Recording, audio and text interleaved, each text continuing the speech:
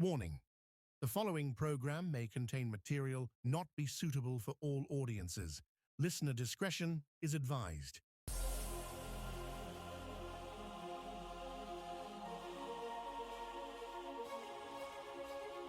Kill the noise and cut the static. Broadcasting from high in the mountains of West Virginia, we're leaving the 9 to 5 in the rearview mirror. The engine is warm, the lights are green, and it's finally time to shift your Wednesday into overdrive. And now, here's your host, Diego the Podcaster. On this episode of Bonus Overdrive Wednesday, we're turning the volume all the way up for a band that isn't here to follow trends. They're here to remind people exactly why rock matters. Reborn in Virginia, they're a hard rock powerhouse delivering raw emotion, thunderous grooves, and dark melodic intensity. They brilliantly blend classic rock grit with modern heaviness, drawing influence from legends like Black Sabbath, Alice in Chains, Halestorm, and many more. Their sound is completely unapologetic. All this plus more. Please welcome our new friends and first-time guests. They are King George's own KuF. My friends, welcome to Bonus Overdrive Wednesday. Thank you for having us. Thank you. Glad to be here. Absolutely. As we were talking in that pre-interview, there are times where I like to do a lot of research and try to find awesome guests for the show. And I started hitting these little rabbit holes, right? And then you go through all this stuff, and then I saw the logo, and it already screams to me metal. I click on the logo, and then here we are a few months later. So I'm happy to have you on. But before we begin, my friends, would you mind introducing yourselves to our friends, the listeners, and what you do in the band? I'm Todd. I'm the guitar player in the band, and yeah, it's pretty straightforward. Dan, the bass player. I play bass and make minor criticisms on new songs. And then tells me I'm wrong. That's what I do. And tell Kurt he does a good job because he's so awesome. But Thank you. Thank you. Yeah, I like to hit things and drive Todd crazy because the songs are missing something. Yep. So everybody has their mission and their job in the band. That's beautiful. It seems like you guys been doing this for a very long time. And one of those things that I'm sure plenty of interviews that you've done on podcasts and also on magazines recently, I saw a magazine you had with you shared the same with Sabotage was on there, which is the Sabotage one was they did a review of our Chapter 1 EP, but in the issue after we actually had a full page interview. Yeah. Oh, that was with the Sabbath. I think the review one was with Black Label Society, wasn't it? The issue before. Yeah, and they did a review. There was a May issue, yeah. So yeah. And that's actually a hell of an accomplishment because I'll say this, I've seen Sabotage at least 5 times already. Wow. And not as Trans-Siberia, but as actual Sabotage. Mm-hmm. And with 3 different singers, of course, with the original and the Zach. And then there was a young man for a little while that sang on there, but I don't even think I ever heard him on an album. But they sound just as good live as their albums. But, that's neither here nor there. Huge fan of Sabotage. Again, we go into that. But let's do a little bit of history on the band because when I was reading the bio, it says Reborn in Virginia. So the question is going to come up because this will you probably answer this 1,000 times. This will be 1,001 if you don't mind. How did KuF wind up in Virginia? What does Reborn mean? Reborn means, well, KuF originally was back in the late 90s and re-released an album and played quite a bit around the coast, around Vancouver, Calgary, and even down in the US here. We played down the coast, and just over time we ended up breaking up and we all kind of went our separate ways. I went on, did my own things for quite a long time, and then hence later, about 12 years ago, I moved to Virginia here, and then I just wanted somebody to jam with after a while. So I was kind of put up an ad, and we're in a smaller place, and Kirk answered. So we thought, okay, we're going to jam and just drink some beer, have some fun. And so that's what we did off the start. And then we thought, okay, well, this is kind of fun. Maybe we need to play some more of the old catalog, so this way, because we don't do covers. And started jamming that, and then he said, oh, maybe we need a bass player. So then we got a bass player, and then after that we said, maybe we need a singer. Okay, let's start writing songs.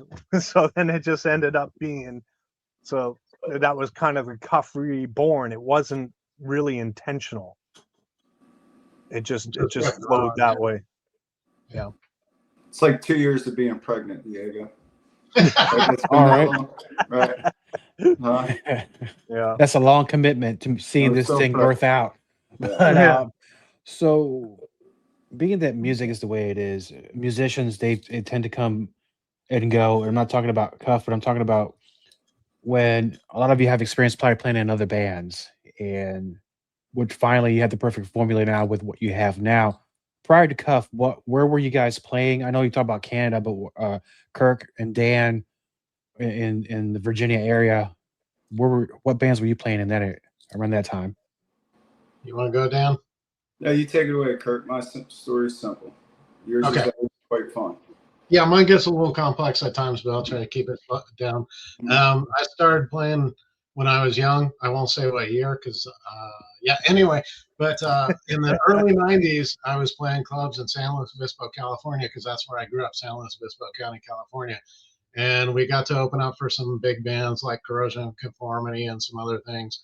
And so then I joined the military after that because it was just going nowhere. I'm working, after the shows, I'm packing up my drums and going to work because I'm a baker.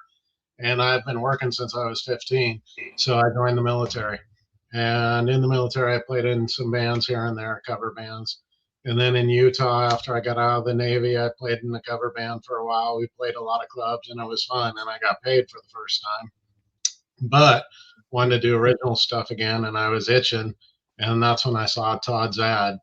And so it was a chance to play original music again and do my own thing, do things my way, as opposed to trying to imitate somebody. I don't like that.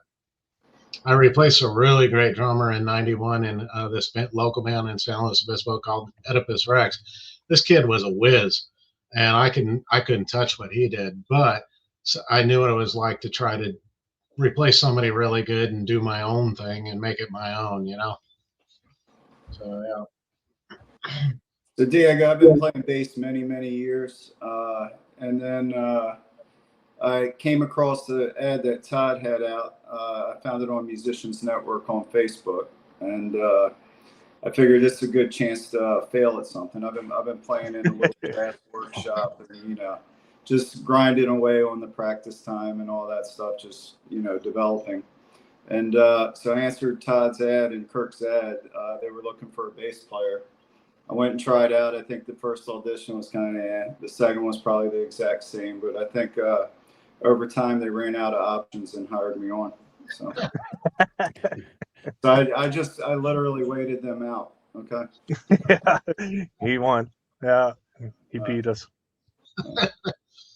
Yeah, but no, I've been in rock bands, heavy metal bands. I took a break, went into some jazz kind of stuff, and then just a lot of jamming with just friends. No real script, no real anything. It was just jam sessions, and that's pretty much my story. These guys have a lot more performing, resume than I do, but it's all in the art of the instrument, if you will. I think my first one was 13 or 14, so live. I did that too. Never stopped. Kid club or something like that. Yeah. Wow, so we have a pretty illustrious background, probably different influences as far as bands or musicians are concerned. Well, here's one of the questions, and we talked about it earlier as well. I haven't been to King George area. I'm gonna say something by the late '90s, early 2000s, back in my wrestling days. But like metal and hard rock in Virginia is kind of weird. It comes in waves. where Richmond had a pretty good scene. Then I think in '90s or early 2000s, was death metal was a huge thing. Northern Virginia, it comes and goes, but when I hear King George, it's out there. Oh yeah. And although I have nothing against it, I love being isolated, going out somewhere, and I'm sure it's grown since then. But how does KuF fit in the area?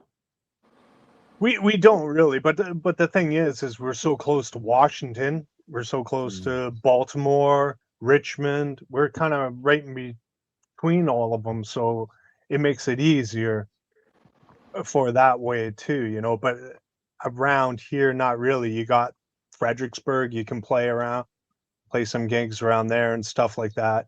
There are a few local bands, but a lot of them are cover bands, right? So I mean, you play cover songs, you get to play. You play originals, well, you take what you can get. Yeah, that's what King George feels like to me, like San Luis Obispo County in the '90s, where we're kind of the outlaws. Hard rock and metal is the outlaw, and as it should be, right? Because that's when it's supposed to be. So. Yep. Yeah, King George is essentially a suburb of DC now. So I even know people. I'm actually in Maryland. I'm about 30 minutes from DC. So it's literally become a suburb. And then I think the band's Good Charlotte. They came about 20 miles north in Charles County, out of the Waldorf area. So it's really not the boondocks that it used to be, especially after they just added the new bridge there. Yeah, it's just all. Oh, that's all buildings. That's terrible. The same thing's happening here with the farms. I still see cows here, but the tentacles of Northern Virginia and DC are very long. Yeah. So, well, it's the price. Yeah. Yeah, I was in the military for 20 years, so everywhere I lived, I saw that. And in California, where I grew up, they used to be all farms, not anymore. Yeah, we have a few left, but it's just like anything. I guess I have to go move further west. I was going further south. I actually got as far south as Stafford. And then once Stafford became a mega town, it became, it's like, well, I got to get out of here. I got to go to the mountains. But here I am, and talking in background, talking about musicians playing cover tunes.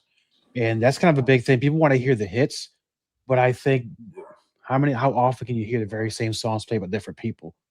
And the reason I asked this is because as musicians, you don't always start playing your own stuff. You may learn other people's songs and then grow from there. Going back to the time machine, to the time where we were much younger, what was the very first cover song from note to note, start to finish, that you first learned? So I'll start with you, Todd. What was the first song you learned? The very first one. Jeez. Probably the first ones were ones we started gigging with right away at school. So I would have to say AC/DC, maybe TNT. I remember doing some Priest song. It was probably what's the standard one for Priest? Living After Midnight. Living After Midnight. There you go. That those were the beginning. I mean, that's how the guys I was with, because we're all new. Those were just easy songs for us to get our foot in.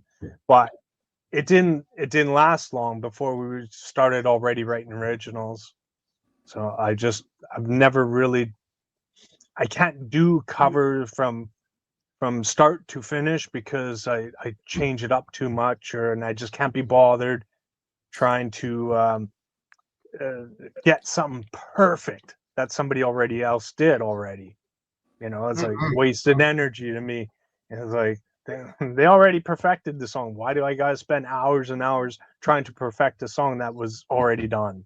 So that's why for covers I all to them. I mean, you get paid if you want to play and get paid. That is the ticket, but just not my ticket. When I was about 8 or 10, I forget what it was, but there was a guitar laying around my friend's house, and he taught us Cat Scratch Fever. Okay, ABC. That's all that is. All right. That's before I actually got my hands on a bass, and then my mom bought me a $200 bass. It was a Quest Black Magic, and the first lick I've learned was Iron Maiden Killers, because that's the song my brother was learning because he was actually joining a band. And then the first song I actually worked on my own was Into the Coven on Merciful Fate's Melissa album. So I had my bass teacher transcribe that for me, and that's the song I started out learning, first song. I was pre-metal days, honestly. Actually, okay, I'll give away the number. I joined my first band in '81, and it's because we were all Beatles fans, and we played Beatles songs. So I played covers in some form or another for 10 years before I joined my first original band, which was Oedipus Rex. So I could do both. What I learned is the Van Halen and Bonham way of doing it. Just make it your own. Don't try to play like somebody else. Yeah, you know, I used to go to shows a lot, and I took a break. I started going again. Back in the day, I saw a lot of cover bands, and I liked them. You know, I enjoy live music. It's just the way it goes. I don't know if it still happens now. Back then, there's always some a-hole in the audience that says, "Play Freebird." They still do that. Of course, man. I think it depends on what area. Man. You ain't dead yet. That's go away when we all die. Well, it's funny because we were laughing about that at band practice, where you know, for me it was always because Canada's hard rock. It is a very hard rock country, and I'd always get asked AC/DC constantly. You know any AC/DC? That I can learn. Freebird, no. No, AC/DC. And you know, talking about Canadian bands, you know, Canada has a lot of great metal acts that come out of there, and also Canada's known for pro wrestling. Big fan of Bret Hart and all that time. But 3 bands that I really liked from in Canada, and I still play them today. And I actually have some of the vinyls I'm getting ready to put up on the wall. So one was Annihilator. I'm going to end the interview now. I'm sorry. I might disqualified. But yeah, you know, Annihilator. Yeah. Killer Dwarfs. I remember Killer Dwarfs. And one of my favorite speed metal bands back in the day, Exciter. Those are the 3 always in heavy rotation. And so... although, Todd, you know my favorite from Canada. Oh, Kick-Axe? Yes. And Annihilator, we used to share the same rehearsal spot with Jeff back in the 90s, early 2000s. We used to share a spot with Jeff. Killer Bacon's a really good Canadian band too. I'm just I'm making shit up, dude. I know Killer Bacon. I almost bought it though. You sounded legit when you were saying it. I'm sorry. No. Trust me. Listen, I'll get into some of these jokes. I got like 1,000 dad jokes for you afterwards. Okay. We're gonna have a lot of fun. But one of the things we're gonna segue here real quick. The band's mission, and one of the things I've noticed that you're all very proud of your music. You love the hard rock and metal scene. Yep. And in the world now that we live in, it used to be cut and dry when I was growing up. You were a metalhead, you listen to rap, you listen to pop. But it seems like everything, even like country music, is pop now. And things, I don't know. I'm not gonna say maybe it's my age showing, but one of the things I really like about what you say is, you know, why rock matters, why it still matters to this day. And you made that your mission. What made that your mission? Well, it's just it was. I think that was another reason why I put out an ad for a drummer. You know, it's like I wasn't planning on forming any band again, but I think a lot of the things in the music scene were kind of really starting to piss me off, and that was where rock and roll, hard rock, metal especially, has really changed, and it has almost become pop. And drum replacements and there's no live feel to it, and everything's cut and paste, and it sucked the life out of it. And I was like, wait a minute, that's not what rock and roll is. It's like, you hear those screw ups in your music. You hear it gives it life, and I'm finding it very lifeless. So that's, I think, what we're no apologies for. If they try and put us to a grid while recording or anything like that, it's like, no, leave it. I know it'll sound different than what you're hearing right now, but we not going to go that road, because there's 10,000 other bands that are fighting for that same sound, and it's like, it's not rock and roll. It's always been rebellious and doing what you want to do, not conforming to things like that. So we don't care. And kind of to what Todd says, is it's also, it doesn't have to be totally refined like a symphony. You know what I mean? Yeah. It's allowed to push the envelope. It's allowed to push creativity, and it's allowed to experiment in different things. It may pass or fail. It may be popular or unpopular, but it may be popular in 10 years from now, not like the day it happens. But it allows the flexibility and creativity, and whatever your art form is, drums, bass, keyboards, doesn't matter. So it allows creativity and expansion of yourself. Yeah. And the thing is we're all older now. We all have families, careers, stuff like that. So we're not gun-ho to like, okay, well, this band had this hit. We got to make one that sounds like that and do that. And I just find you lose your identity. You don't get an identity. And when you don't kind of give a shit, right? When you don't care, well, if people like it, great. If they don't, whatever. As long as we like it and enjoy what we're doing, and if people are enjoying it, great, come for the ride. But we're not going to, like Final Deceit is doing great for us right now. One of our strongest songs we've done, our most complicated one. But we're not going to say, okay, we have to write another one like that. If it happens, it happens. But we'll go with our gut. My favorite albums have always been the transition ones, like Queen's, like Rage for Order, going from The Warning to what was the one after it? But anyway, Rage for Order, or Van Halen, Women and Children First.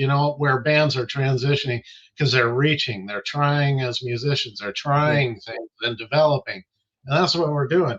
And that's why I was so stoked when Todd came with Final Descent and what's the new one called again? Two totally different. Sleep with the Dead.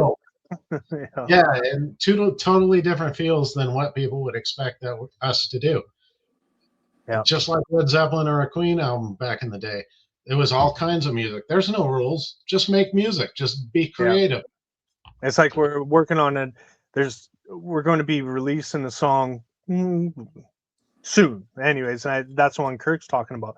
But we already have another one that we're working on, and it is totally different. It is almost old school, right? It's like fast. It's fast, and it's just, compared to some of the other ones, it might not have commercial appeal, but we don't care. It's just what we're going to do, and we're going to release it. We're going to do what Dan wants us to do. Yeah. Oh yeah. Well, no, that's you're going to go bankrupt. You don't want to do that. But oh yeah, that's right. It's what I want to do. Yeah. But it's interesting you mentioned about the live feel, or doing the hits or going through the motions, because that's going to show on your live performances. If you're writing songs that your heart and soul's into it, it's going to translate to the audience. They're going to feel that energy, and it's going to expand from there. I mean, right. I don't know now what's radio friendly rock or not. I think the scene's too complicated now to really pinpoint. Back in the 80s, it was kind of easy. You had a couple radio friendly, and then you had your power ballad, and that was a little bit of a formula back then. Right now, not so much, in my opinion. At least I'm not noticing it right now. I'm finding a lot of them. They are in a sense, I mean, there's a lot of sampled work and stuff like that, that they got so much stuff added into their things that when they perform in live, they need backing tracks, you know, and we're still, it's like, yeah, have a sample if you need to trigger something, a sound or an effect or something like that. But when you need a full, you know, backing system because you got so much layers on your thing, how are you gonna, you know, people are gonna come see you live and they're gonna go, oh, the album sounds way better, you And know. that's why their energy is off, because they're on the. You got to be on the click, and you got to be on. You got the yep, and And exactly. there's places in the songs when we're recording that Todd needs to turn off the click tracks because the timing somewhat changes. Yep. So, and that happened on Final Descent. Am I right, Todd? We had to get the click track out of there on a centerpiece of it because the middle part of the song was not necessarily with the click. And I think the new song has the same thing. The new one, yeah. 6/4, yeah. 3. Yeah, 3, well, 4, that was the thing. Yeah, that one I gave. We had to alter it quite a bit, like the click track to match what we were doing, you know, because we just use a click as when we're recording, not to stay in time to make it easier to edit, but just so we don't end up with a runaway train, you know, like such a massive speed difference. But you will hear fluctuations in our timing in our songs, and we prefer it that way. And it goes along with the feel of the theme of the song, so it's quite intentional. Not to keep it, you know, 1, 2, 3, 4, 1. You know, it'll bleed off a little bit and spread out a little bit, like midstream or like at the beginning or something like that. Yeah. So pretty interesting. But we do have to have it because Kirk gets out of control sometimes. Kirk's out of hand. He's out of hand. Well, I think the very first one was Dance of Deceit. When we did that one, we thought, oh, great, this is awesome. And Kirk had his drums going, and it's like, oh my God, this song goes really, really fast. It started at normal speed to like Roadrunner speed, and it's like, okay, we might have to throw this one on a click and redo it, you know. And we were still off, but although there was a couple where I was complaining how slow I had to play. Yeah. Oh my God, this is so slow. Well, it gives you a little time to catch your breath before you go out there and do your thing. Yeah. And well, you got to hit those things. I don't like drummers who don't hit things. And so you're not care to hit things. That's why we like you, man. We love you like that. But now, with the live feel of your music, brings me to the next question. The landscape of playing live shows have changed, especially since 2020. Well, and when COVID hit, I believe, what was it, the end of 2020, was it, or 22, whatever it was. Yeah. A lot of clubs either went back or went out of business. They're no longer around.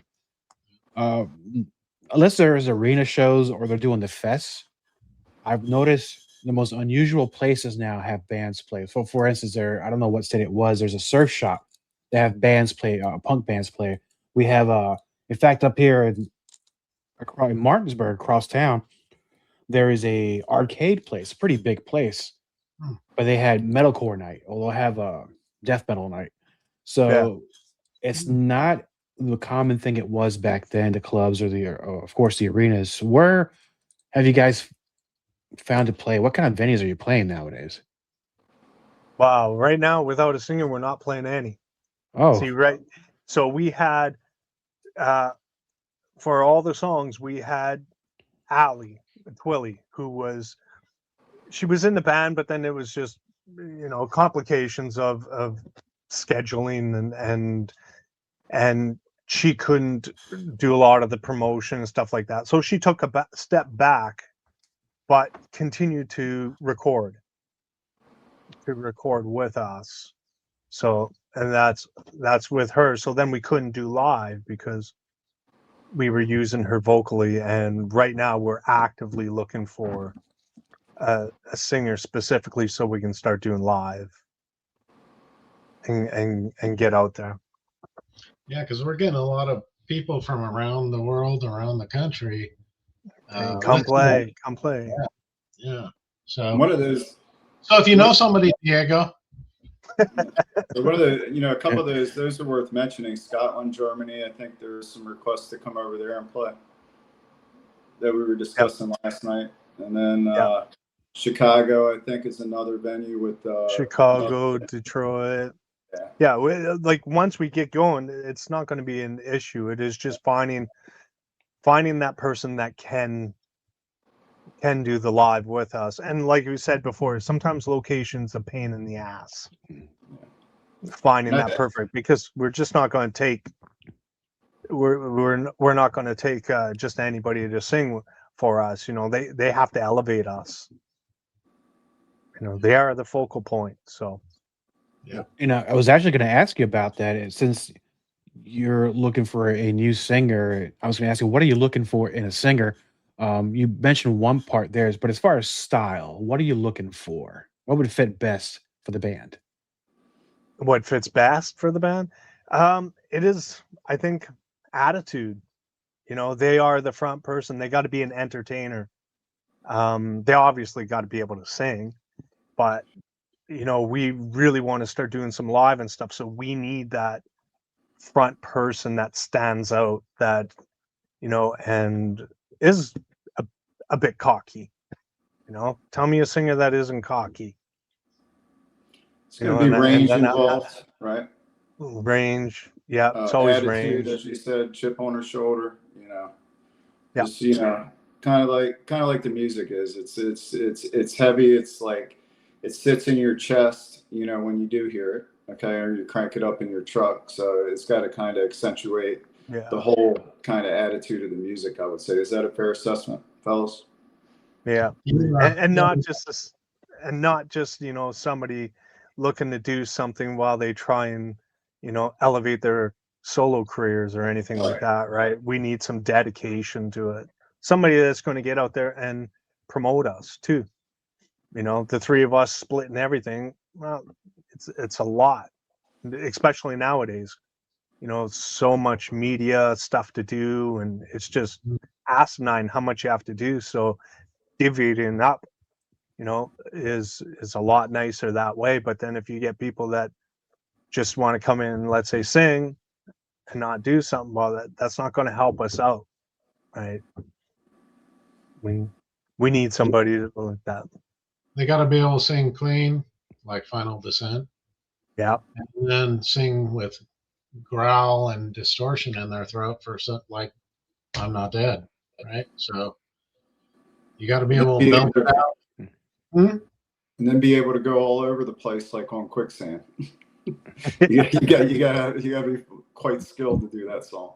Yeah, well, that's the one that we give to people to try out with Quicksand, because when Allie did that, she found that the toughest song vocally, challenging for her to do, and just because of the range of it. So there's like, okay, well, that's a good testing ground for singers, and I've had some singers where we sent this on, they're like, yeah, and they'd go try and say, yeah, I can't do this. I was like, well, it was worth the try, at least. You won't know until you try it. So versatility is the main point there. You got to be able to hit the notes at whatever speed, whatever song you guys have out there. And you were talking about you're not playing live, and you've been hearing and getting emails from places around the world that want to bring KuF to play where they're at. Yeah. What other locations or areas in the world that might be strange that you're getting fan mail from or attention? Brazil's one. Brazil. Yeah. Brazil's pretty strong with us. Italy, in a way, like the magazines from Italy and all that. That's that one was never on my radar before, but it's like, okay, there's a lot of metalheads there. A lot more than I expected. Yeah. Mexico. Shit, where else, Todd? Yeah. Although, like Scotland, Germany, we discussed last night, right? Yeah. Yeah. But we're played all over, and yeah. I that's the thing. I don't know what kind of demand, just because somebody wants us to play doesn't mean that there's going to be more than 5 people there. It's just That's you right. never know. I mean, I've done gigs like that before, so played hundreds and I've played to 5, so you just never know. That's kind of you're playing the lottery there sometimes, where the venues that you go, and whether it's 5 or 500 or 5,000, you're still going to play with the same intensity anyway. So, and plus it gives you a little more practice to move on to the next day and all that. So now, I know we're almost over halfway through the year, July, and I know you guys are very busy. You mentioned it probably earlier. What do you have coming up? I know waiting on the singer, but I know you're working on these tracks, you're working on the songs. Any secret projects going on? What's coming next for KuF? And while we have our single, we got music that's completely done. It's just got to drop some vocals on it, ship it to the mixer, and it's out there. So even though that we don't have the singer, we decided it's not going to stop us. We're always going to keep moving forward. They're going to have to jump in, right? We're not going to just stop things and say, okay, we'll take a break to sort this out, to sort that out. It's like, no, we're just continue writing, continue go forward, and when we find that person, they're just going to have to jump in. Yeah, we got one song almost finished. I'm going to be recording the drums for another one in 2 weeks. Yep. And then I'll start prepping for the follow-on song after that, for probably the month after that. And just keep going. Yep. Just keep going. Keep going. And also too, we do have some songs that are just not KuF material. Like it doesn't fit into the it's too far out of what we are and what we write. But we don't throw it away. So we decided, okay, we now are having a new band name. And Kirk, what? Banana Hammock Orchestra. You're to hear first. Yeah, and that is good. That is all of our weird stuff, like different, like stuff that might be almost dated or just a different feel. We're going to record it anyways and release it. And we have a couple of them already. So, and that's another. So that's our side project is us. We have our own side project. It's all good. I got some merchandise ideas already for the banana hammock project we got going on here. So we'll talk about that on the post show. But anyway, so now before we go, let's not talk about it. Oh, we're not? Okay. not banana hammocks, but first rule of Fight Club. We can talk about other music. Oh yeah, for sure. But I didn't agree to that, by the way. That's on the record. Oh, you were recruited for that. Maybe I wasn't invited either, but I threw out 5 names when we talked about it like a while back, and as soon as I saw that one, I was like, "There we go." Yeah, so you actually have to blame Kirk. It wasn't me. I just agreed to it because it's like whatever. It's not something we're really going to super promote anyways, so whatever. I'm gonna get a trademark on it quick. By the time when this episode drops, people hear they're like, "Oh, I'm gonna take that idea." So you gotta protect your assets, my friend, especially when it comes to banana hammocks. So now for the magic question that we've all been waiting for, I'm gonna put you on the spot here. I'm not that kind of guy, but I am today. For our friends and listeners of Bonus Overdrive Wednesday, they want to learn more about KuF, your music, where to get it. Where can they go find out? We are on like every band now. You're on every streaming platform there is. But all of our merch, everything. I mean, if you need any information, you just go to our webpage at kufband.com. And we have merch there. We have everything's there. Even if merch. Yep. And even if you like a certain streaming platform or whatever, all links are there. So so it's on Apple Music, it's on Spotify, it's on Bandcamp. Vinyl. Yeah. Yep. We got all that. Vinyl. I love vinyl. That's a beautiful thing. Yes, yes. Yeah. And yeah, then, well, so- you held up the "I'm Not Dead." You mind putting that up real quick again, if you don't mind? That's It's a real exactly a song we're going to take this episode home with. So, for our friends that want to learn more about that song and what it means to you, can you tell us more about that song and what it means to the band? I'm Not Dead. I'm not So- dead. Tom, you guys can start it. Go I'll for it. What start it means Want to me you. start it? Yeah, I know- because that's one of the first songs I learned. They had a different bass player on that recording. Yeah, he that passed. had Final Descent. Guy since passed away, R.I.P. Chris is his name, right? I don't know his last name. So, but he very decent bass player, very good bass player. I thought this when I first heard it, because I started listening to the old KuF material, the 2001 KuF material first, and I was like, holy shit, this stuff's really good.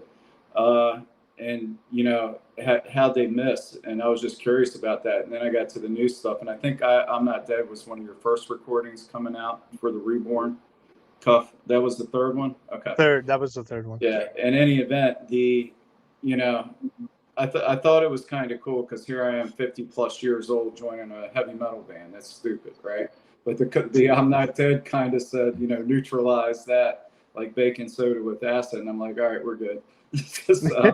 So I kind of felt like it was like, you're as old as you want to be type of thing. If you want to like, mature yourself into oblivion, go for it. You know what I'm saying? Or if you want to keep doing the passions and keeping your passions alive as you go through age, and damn with age, just keep going, keep rolling. I mean, don't live every day like it's your first day and your last day at the same time. Right. And it doesn't pertain to just, music or the song itself. It's for anything in life. And I have to say it is one of our only songs that is straightforward lyrically that way, where everybody can take that meaning and it means the same thing, where a lot of the other songs, you hear such different versions of what that person has interpreted it. And I'm Not Dead is actually our only song that is not like that is straightforward, and it really paints a picture, of exactly what Dan said. Awesome. Some great motivation already. I'm going to play it again tonight right before I go to bed. Gentlemen, I really appreciate you coming here on your busy day. I know you got a lot of things to do, and you're on Bonus Overdrive Wednesday. And once the live show starts, you guys aren't too far from me. Yep. I'm going to go out there and check it out. I am not hard to miss. Trust me. When I walk in, there's like, that's that guy. Trust me. That's that guy. I'm that guy. But, Diego, that would be incredible if you showed up. oh, I would love to. Count me in, brother. We'll have 6 people at that point. So Yeah. I'll be number 7, lucky number 7. Oh, Oh no! Thank you, gentlemen, for being on Bonus Overdrive Wednesday. This is KuF with "I'm Not Dead" on Bonus Overdrive Wednesday. Thank you, gentlemen. Thank you.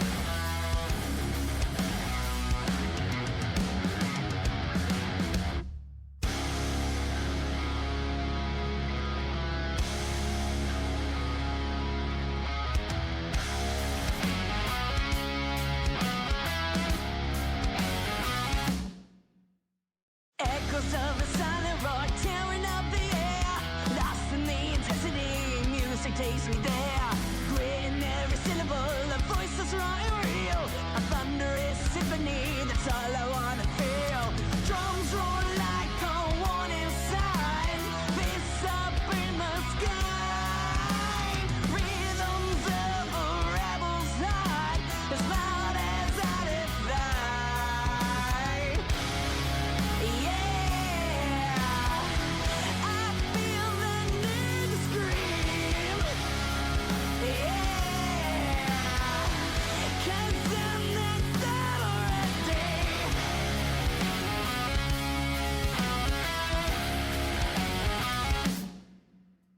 Feel the fire, the beat shakes my core. Music fuels my desire, we're crashing through the floor. Sweat dripping, crowd roaring, not alone tonight. This music always makes us feel alright. In the chaos there is peace. The noise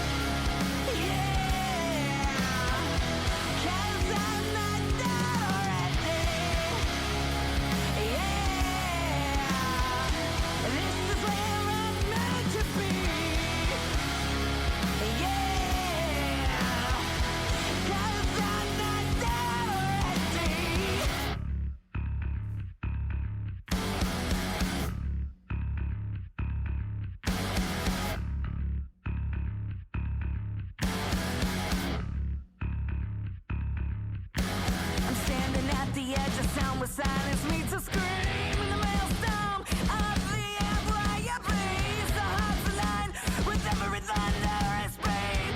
Thrashing in the sanctuary, reach for pain.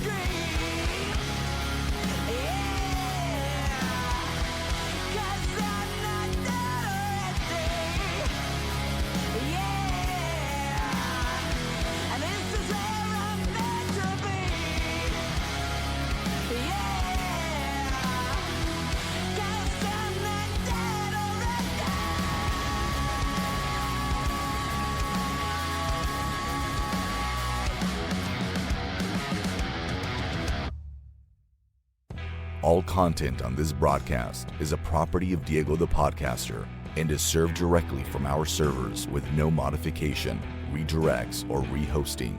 All celebrity impersonators are paid performers.